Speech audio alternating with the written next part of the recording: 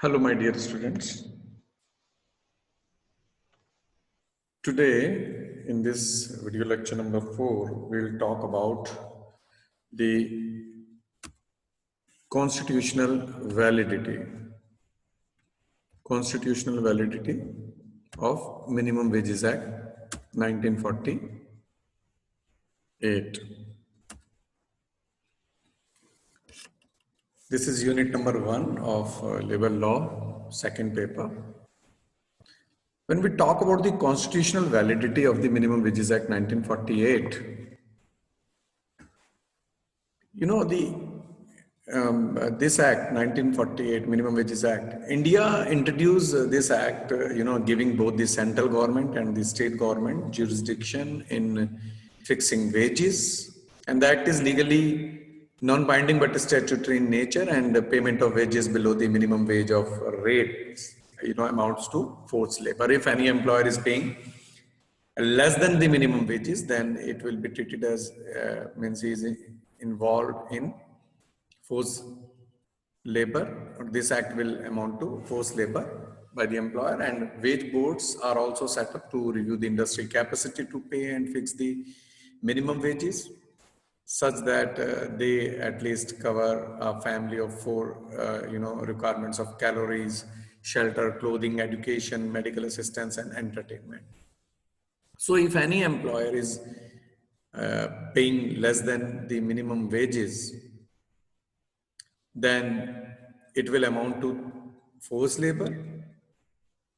And there are wage boards which are set up to review the industry capacity to pay and fix the minimum wages, right? And at least these minimum wages cover a family of 4 for their requirements of shelter, clothing, for their calories, for their education, for their medical assistance, and the entertainment. And under this law, wage rates in scheduled employments differ across states, sectors, skills, regions, and occupations owing to difference in cost of living, regions, industries, capacity to pay, consumption patterns. So all those things which, definitely affects the fixation of the wages.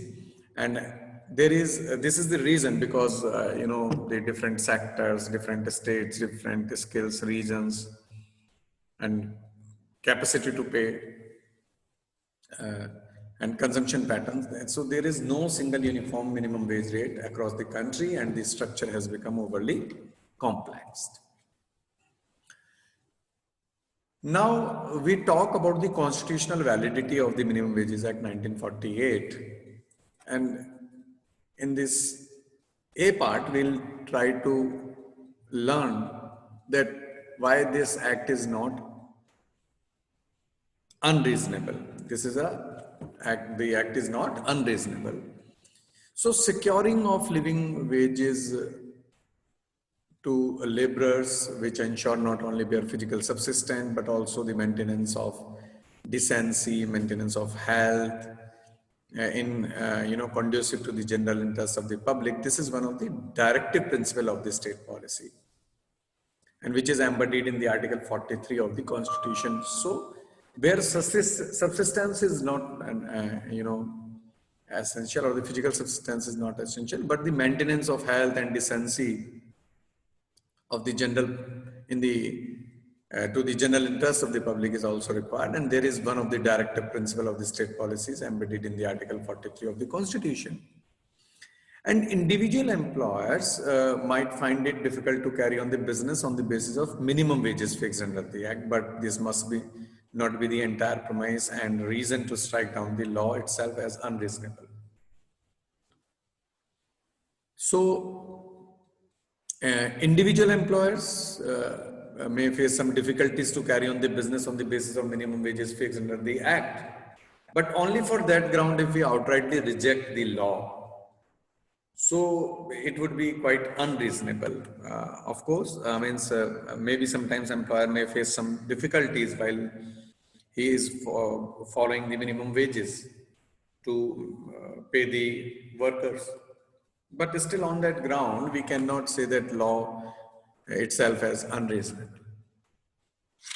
And the restrictions, though they interfere to some extent with the freedom of the trade or business guaranteed under Article 19(1)(g) of the Constitution also. So, because through these minimum wages, means we are compelling employer to make the at least this much payment to the worker, those who are working in the establishment of the employer. But see, means this interference is, up to some extent with the freedom of trade or business, which is guaranteed under Article 19(1)(g) of the Constitution. But it is, this interference or this interfere is reasonable and being imposed on the general interest of the public and are protected by the terms of the clause 6 of the Article 19, right? And the case Gul Muhammad Tara Sahib Abidi factory, right? In this case, you can just see, or you can take reference of this Gul Muhammad Tara Sahib case. And another important judgment that favors and supports the constitutional validity of this Minimum Wages Act 1948 is V. Unique Noah versus State of Kerala 1962. And this case raised the same question which were raised in the case of Gul Muhammad Tara Sahib versus State of Bombay. And the question was like, can a state be prevented from making any law in the interest of the general public or the public at large, where it creates restrictions and interferences, or it creates some restrictions and interferes to some extent with the freedom of trade or business guaranteed under Article 19(1)(g) of the Constitution of India. And in this case itself, it was held that the fixation of the minimum wages is for preservance of the public order. And if no minimum wage is fixed, then it shall lead to arbitrariness by the employers, and that shall lead to the clashes of interest between the employer and the labor, which shall cause friction in the society. So, means this interference by the state, compelling the employers to pay the Minimum Wages Act through implementation of the Minimum Wages Act 1948, it is in the interest of the general public. And of course, it creates some restrictions and interfere up to some extent with the freedom of the trade or business, which is guaranteed under Article 19(1)(g) of the Constitution of India. But this fixation of minimum wages for preservance of the public order to, create some or to have some harmony, and if there is no provision of this minimum wages or to fix the minimum wages, then it shall lead to the arbitrariness of by the employers. Means it will be then up to the employer whether they are paying whatever amount they are paying. But this arbitrariness can have a check in the form of this Minimum Wages Act, and that shall lead to the, if there is no minimum wages, then it will definitely lead to the clashes of interest between the employer and the laborer, and which shall cause the friction in the society also. So it may disturb the public peace and may give rise to the friction in the society. So through this Minimum Wages Act, we are having a check on the arbitrariness of the employer. And Article 14 of the Indian Constitution, which relates to the equality before law, and it must be noted that minimum wages are not fixed equally across the whole nation, but they vary from occupation to occupation and industry to industry and from place to place. So Article 14 of the Indian Constitution talks about the equality before law. And minimum wages are not fixed actually across the whole nation, but they are these wages vary from occupation to occupation and industry to industry and from place to place. And in the case of Unique Noah versus State of Kerala, as regards to the procedure for fixing of the minimum wages, and the appropriate government has undoubtedly been given very large powers, but it has to take into consideration before fixing wages the advice of the committees also, if one is appointed on the representations on proposals made by the persons who are likely to be affected thereby. So means government cannot go for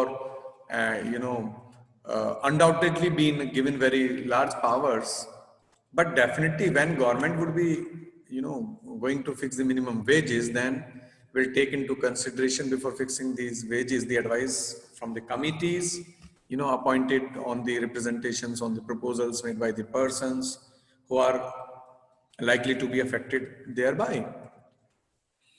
And the various provisions constitute an adequate safeguard against any hasty or capricious decisions by the appropriate government.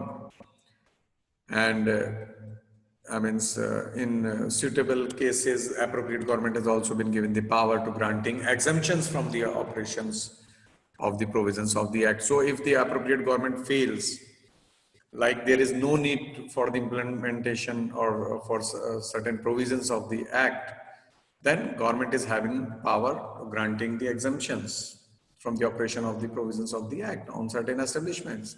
And there is no provision undoubtedly for further review of the decision of the appropriate government, but that itself would not make the provisions of the Act unreasonable, because there are checks, there are committees, and through these committees there are representatives. There would be the representation of the persons or the workers, those who are going to be affected by these provisions. So the powers given to the appropriate government is also subject to certain checks. Appropriate government given powers to grant the exemptions of the provisions of the operations of the provisions of the Act, and appropriate government, whenever feels that or it is required, then may go for granting these exemptions. Now, so in that way we can say in the part A, we have seen that this Act is not unreasonable. Now we talk about that this Act, Minimum Wages Act, does not violate Article 14 of the Indian Constitution. And when we go for a careful examination of the various of the Act and the machinery set up by the Act under Section 3, subsection 3, Section 3, subsection 3, Clause 4, neither contravene Article 91 of the Constitution, nor does it infringe the Equal Protection Clause of the Constitution. The courts have also held that the constitution of the committees and the advisory boards did not contravene the statutory provisions in that behalf prescribed by the legislation. And this was held in a case of Bikusa Yamasa Kshatriya versus Sangamar Akola BD Kamgar Union, right? And in that way we can see that Act is not unreasonable. This Minimum Wages Act is not unreasonable. And if we talk about the Article 14, because this article talks about the equality before law, and it must be noted that minimum wages are not fixed equally across the whole nation, but they vary from occupation to occupation and industry to industry and from place to place. And we have seen in these two cases, Unique Noah versus the state of Kerala and Tala Sahib Gul Muhammad also. So you refer these two cases also. And the other one is the Act does not violate the Article 14 of the Indian Constitution, right?